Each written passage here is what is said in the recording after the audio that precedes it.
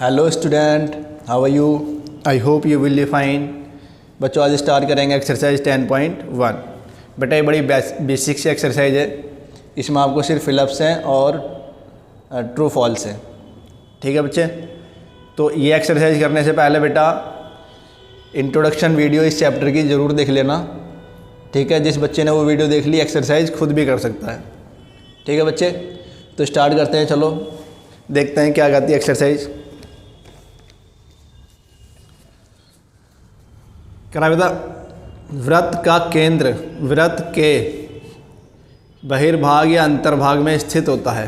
ठीक है बच्चे, इंग्लिश में अगर इसे हम बोलेंगे तो इसका मतलब है the centre of a circle lies in exterior और इंटीरियर ऑफ सर्कल। ठीक है बेटा, तो मैं आपको दोनों मीडियम में क्वेश्चन रीड करके और हल्की सी एक्सप्लेनेशन के साथ समझाऊंगा बच्चे। तो क्वेश्चन नंबर 1 फर्स्ट पार्ट करा बेटा, ये एक सर्कल है और ये सर्कल का सेंटर है।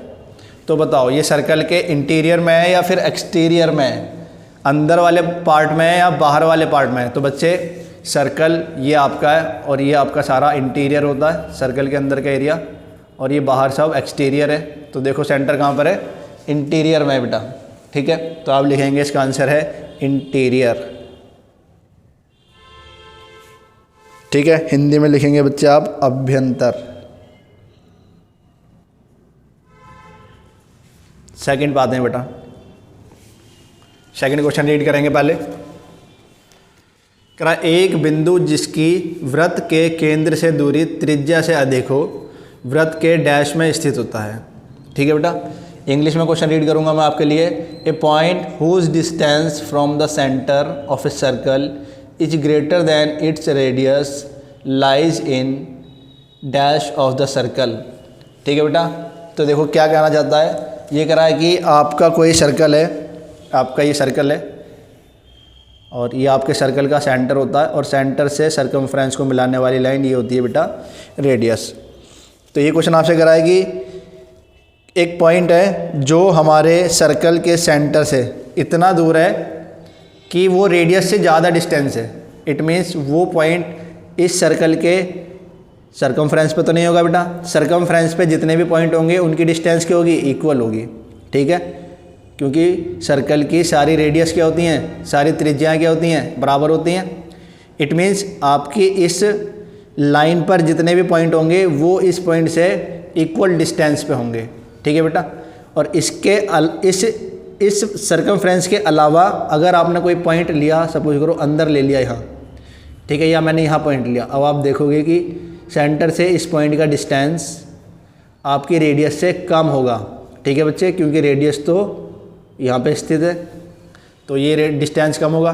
बच्चे सिमिलरली मैं कोई पॉइंट बाहर ले लूँ यहाँ, तो आप देखोगे रेडियस का डिस्टेंस तो यहाँ से यहाँ तक है सिर्फ, ये बाहर वाला पार्ट क्या है? सब एक्स्ट्रा पार्ट है। इसका मतलब बच्चे ये जो पॉइंट है, ये पॉइंट जो हमारी रेडियस से ज़्यादा डिस्टेंस पर हमारे सेंटर से है। ठीक है, दोबारा समझो बेटा, मैं कह रहा हूँ कि मेरे सेंटर से जितना दूर, जितनी बड़ी मेरी रेडियस है उससे ज़्यादा डिस्टेंस पर ये पॉइंट है। सपोज करो ये 5 सेंटीमीटर है, तो ये आपका ये भी 5 सेंटीमीटर ही होगा, बट ओब्वियसली ये 5 से ज़्यादा ही होगा क्योंकि बेटा ये आपकी सर्कमफ्रेंस के बाहर है। तो इस पॉइंट को आप क्या बोलेंगे? ये पॉइंट इंटीरियर में है कि एक्सटीरियर में है? तो बच्चा आप कहेंगे ये पॉइंट तो एक्सटीरियर है, बिकॉज इंटीरियर तो सिर्फ ये वाला पार्ट होता है हमारा। ठीक है, तो आप लिखेंगे एक्सटीरियर। हिंदी में लिखेंगे बहिर्भाग। ठीक है बेटा, अब आते हैं थर्ड पर, रीड करेंगे बेटा पहले। कराए वृत्त की सबसे बड़ी जीवा वृत्त का डैश होती है।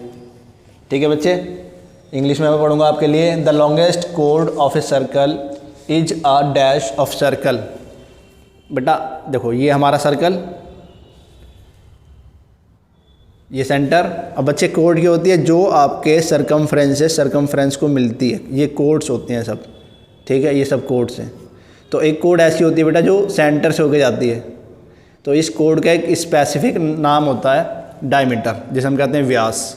ठीक है, तो आप एक चीज़ नोटिस करेंगे बच्चे, यहाँ मैं जितनी भी कोड बना रहा हूँ ना, उन सब में सबसे बड़ी कोड वही होती है जो आपके सेंटर से होके जाती है। ठीक है। इट मीन्स इस कोड को हम क्या कहते हैं, इस कोड को हम डायमीटर कहते हैं। तो आप लिखेंगे डायमीटर, हिंदी में लिखेंगे बच्चे व्यास। तो आपका व्यास या डायमीटर एक कोड होता है और लॉन्गेस्ट कोड होता है, सबसे बड़ी कोड होती है। बाकी आप देखोगे कि इससे छोटे ही मिलेंगे, ऊपर जाओगे छोटे होंगे, नीचे आओगे तो भी छोटे होंगे, ठीक है। तो आपका क्वेश्चन नंबर 3 हो गया। फोर्थ पार्ट में देखते हैं बच्चे।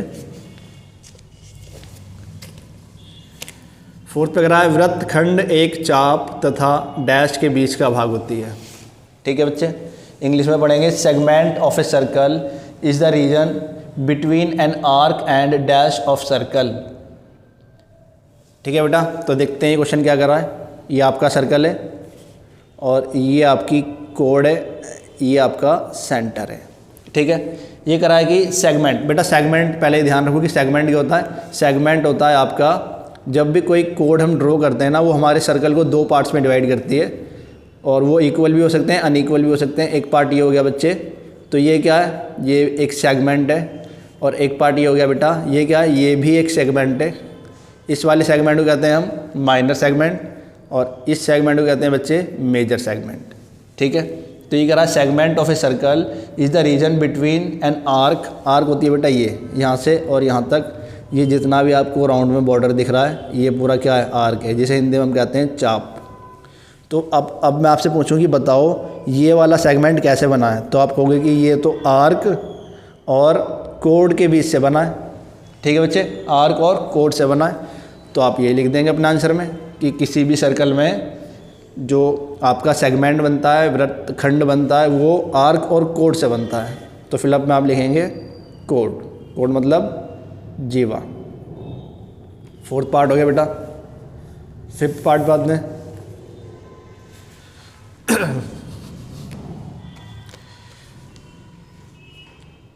कराए वृत्तखंड एक चाप तथा,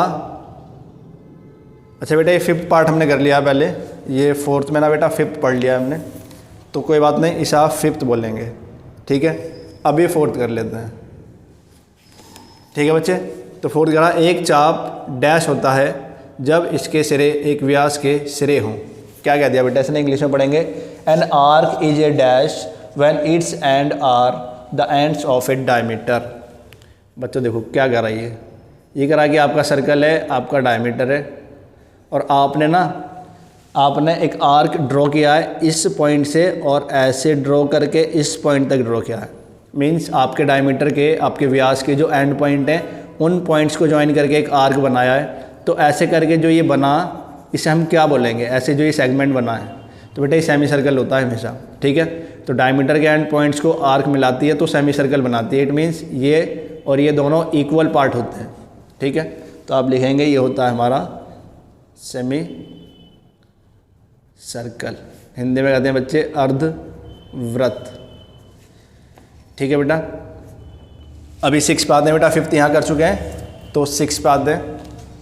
6 में करा एक वृत्त जिस तल पर स्थित है उसे डैश भागों में विभाजित करता है, ठीक है। इंग्लिश पढ़ेंगे a circle divide the plane on which it lies in dash part. तो बच्चे ये क्वेश्चन कह रहा है कि आपका एक सर्कल है और आपने सर्कल जहाँ बनाया है ना, सपोज करो कि मैंने यहाँ एक सर्कल बनाया है ये, तो आपके इस प्लेन को कितने पार्ट्स में डिवाइड करता है। तो देखो बेटा ध्यान से देखेंगे हम, देखो एक एरिया बच्चे ये हो गया जो आपके सर्कल के अंदर है, एक पार्ट हो गया। एक पार्ट हो गया बेटा ये जो आपके सर्कल के बाहर है, ठीक है। 2 पार्ट हो गए बेटा। और एक पार्ट हो गया बच्चे ये ऑन द लाइन, ठीक है।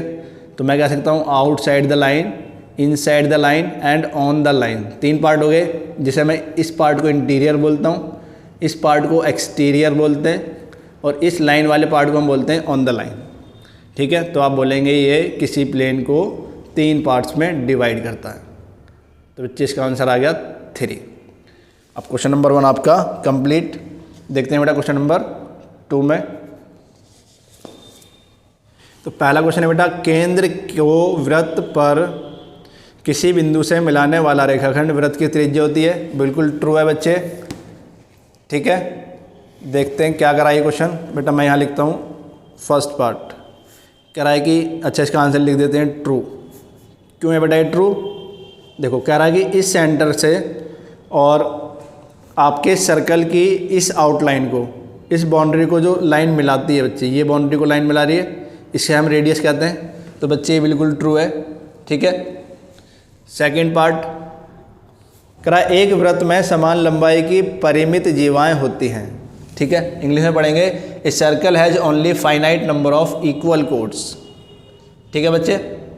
तो ये करा कि इक्वल कोड्स एक सर्कल में फाइनाइट होते हैं बच्चे, फॉल्स है ये। फॉल्स क्यों है? देखो मैंने एक सर्कल बनाया, मैंने एक सपोज करो ये कोड, ये जीवा ड्रॉ की है, जितनी बड़ी जीवा है सेम उतनी बड़ी आप यहाँ भी ड्रॉ कर सकते हैं, आप ऐसे भी ड्रॉ कर सकते हैं, आप ऐसे भी ड्रॉ कर सकते हैं। सेम लेंथ की कोड आप ऐसे ऐसे ऐसे ऐसे बहुत तरीके से ड्रॉ कर सकते हैं। इट मीन्स फाइनाइट नहीं होती हैं ये कोड्स, इक्वल कोड्स इनफाइनाइट होते हैं, ठीक है। तो इसका मतलब ये आपका आंसर, ये आपका फॉल्स है। थर्ड पार्ट देखते हैं बेटा। थर्ड में करा, यदि एक वृत्त को 3 बराबर चापों में बांट दिया जाए तो प्रत्येक भाग दीर्घ चाप होता है। इंग्लिश में पढ़ेंगे बेटा, कह रहा है if a circle is divided into 3 equal arcs each is a major arc, ठीक है। तो बेटा ये गलत बात है, ठीक है, बिल्कुल गलत है। मेजर माइनर कब होते हैं? जब मैंने सपोज करो कि मैंने ऐसे सर्कल को बांटा तो माइनर मेजर बनेगा, ठीक है। और 3 इक्वल पार्ट्स में करा तो 3 इक्वल मेजर कैसे हो सकते हैं? ना मेजर हो सकते हैं ना माइनर हो सकते, ये तो इक्वल होते हैं, इक्वल होते हैं। इट मीन्स ये भी आपका फॉल्स है, ठीक है बेटा। फोर्थ में देखते हैं बच्चे क्या है। फोर्थ पार्ट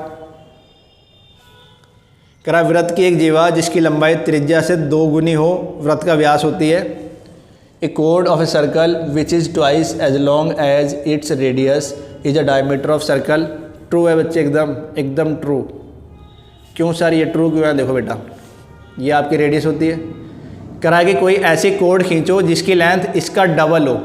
तो बच्चे इसका डबल देखो कब हो सकता है? जब जितना ये इधर आपने ड्रॉ किया ना उतना ही आप इधर ड्रॉ कर दें तो डबल हो सकता है। तो इट मीन्स ये रेडियस का त्रिज्या का दुगना ही तो हुआ। तो जब दुगना हुआ तो इसका मतलब डबल हुआ। और बच्चे ये कोड एक, क्योंकि आपके सर्कमफ्रेंस टू सर्कमफ्रेंस मिला रही है तो कोड भी है, और क्योंकि सेंटर से भी होके जा रही है तो स्पेसिफिक नेम होता है इस कोड का जिसे हम डायमीटर कहते हैं। तो क्वेश्चन में यही बोला है, तो ये आपका हो गया ट्रू। 5 पाते हैं, त्रिज्यखंड जीवा एवं संगत चाप के बीच का क्षेत्र होता है। कह रहा है बेटा sector is the region between code and it's corresponding arc. गलत है बेटा। देखो ये क्या करा क्वेश्चन, लिखते हैं फॉल्स है। क्यों है फॉल्स? कह रहा है बेटा हमने कोई कोड ड्रॉ किया, ये कोड और ये आर्क के बीच के एरिया को हम सेक्टर कहते हैं। गलत है बेटा बिल्कुल, क्योंकि इस कोड और इस आर्क के बीच के एरिया को हम सेगमेंट कहते हैं, वृत्तखंड, ना कि सेक्टर, ठीक है। तो फिर सेक्टर कौन होता है बेटा? देखो जरा सा रिवाइंड कर लो बेटा। आपका सेक्टर होता है जो आपकी 2 रेडियस के बीच वाले आर्क से एरिया बनता है, ये इसे कहते हैं हम सेक्टर। इट इज़ त्रिज्याखंड, ठीक है। तो इसने बोला है जो उसके अकॉर्डिंग आंसर आपका गलत है, फॉल्स है। बिकॉज एक जीवा और चाप, एक कोड और आर्क के बीच के एरिया को हम सेक्टर नहीं कहते, सेगमेंट कहते हैं। त्रिज्याखंड नहीं कहते, वृत्तखंड कहते हैं, ठीक है बच्चे। त्रिज्याखंड कौन होता है? जो 2 त्रिज्या और आर्क के बीच में बनता है, ठीक है। It is called sector. Next part बात है बेटा। कह रहा है वृत्त एक समतल आकृति है। ट्रू है बच्चे, ट्रू। आप देखेंगे सर्कल क्या होता है? सर्कल एक प्लेन होता है बेटा, ठीक है। एक 2D फिगर है, इसमें 3rd डायमेंशन होता ही नहीं है, तो ये एक प्लेन होता है तो समतल आकृति है, ठीक है। तो circle is always a plane figure. Question number 2 भी कंप्लीट बच्चे आपका, और आपकी एक्सरसाइज भी कंप्लीट बच्चों। Thank you so much.